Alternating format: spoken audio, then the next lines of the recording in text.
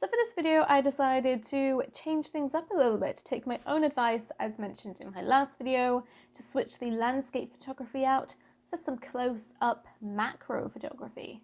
Now, I don't actually own a macro or zoom lens for my current camera, but what I do have is my 10-year-old crop sensor gear, where there just so happens to be a zoom and a macro lens waiting for me. I haven't used this old camera in a very, very long time, so I thought it'd be fun to dust it off and take it for a spin. Oh, that sun! Hi! So I was just passing by this field, and originally I was just going to walk by it to start the walk that I had planned for today. Now this field, if you have seen my previous video, has been gradually flooding for weeks, and it is still extremely waterlogged. But the water closest to me right now is actually iced over because it is extremely, extremely cold. Behind the power lines, you can actually see where the current in the water is, and it's obviously either broken through the ice or that water there is just too deep to freeze over. But I kind of like the contrast between the movement and the still ice in the foreground. So I might play around here, get the camera out and see if I can get a shot or two. So it was already here at this point that I had forgotten what I was supposed to be doing and had got completely sidetracked by the good conditions. So I'm currently using the 55-300 lens. I've only got this and a macro lens with me, but actually normally I wouldn't use either of those lenses in this situation. I would probably go for a wide or standard lens. Never mind.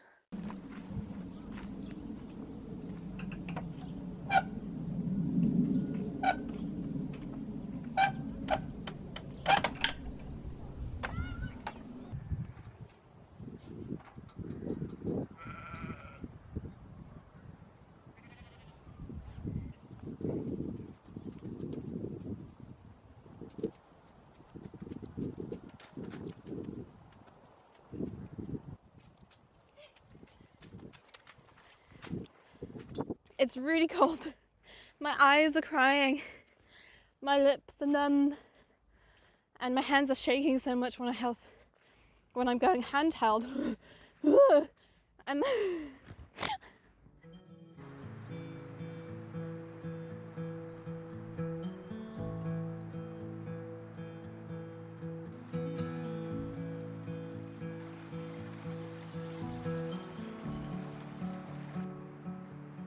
Now I am struggling a little bit to find shots, and that's because as a landscape photographer I'm very used to looking at kind of the bigger picture of a scene, of a location.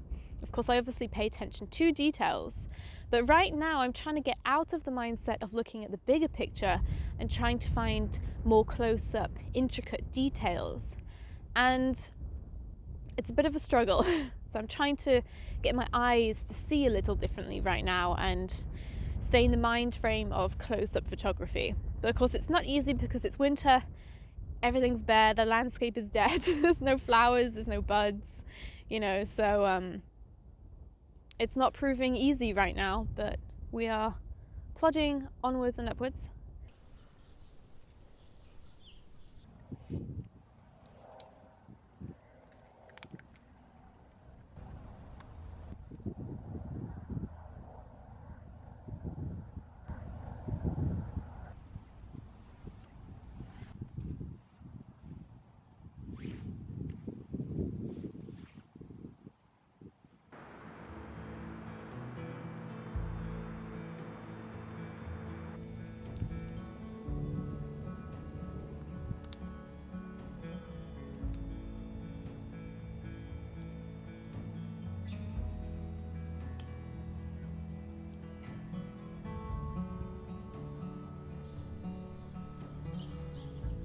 All I see are potential shots for wide angle or on a standard lens. So this little kind of woodland area I've not been able to access before. A couple of weeks ago, the river, which is behind me, was just completely flooded this part. You couldn't get down here. So this is the first time I've been able to walk around these trees, and it's still quite boggy, but there are some fantastic shapes. It's all very chaotic, but there's some potential here, but not with a macro or zoom lens. So it's a bit frustrating seeing all these potential compositions and not really being able to do anything with it. So, I mean, it's a future day out, but not really helping the close-up macro challenge right now. So I'm not really sure where to be going with this. I think I've got about an hour left before the sun drops, and you can just tell that the sunset's going to be amazing today. And I have a macro lens.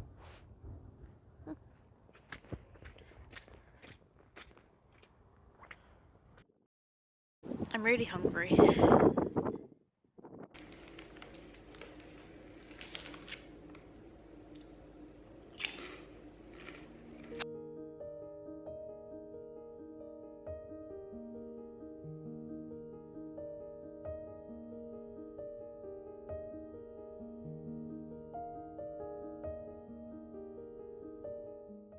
So that didn't go as well as I'd hoped.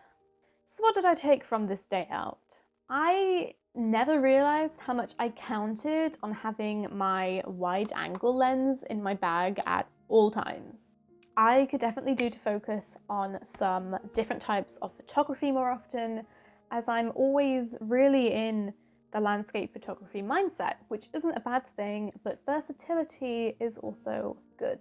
This 10-year-old camera works perfectly fine, and it would be more usable if it had some decent lenses attached to it.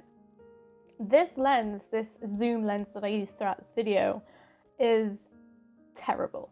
It has awful autofocusing. It's very slow. Past the 200mm mark, the sharpness starts to drop off and gives you softer images. And I also noticed a bit of fallouts and vignetting around the edges of the pictures that I took, which, if anything, I scouted a future location and absolutely knackered myself.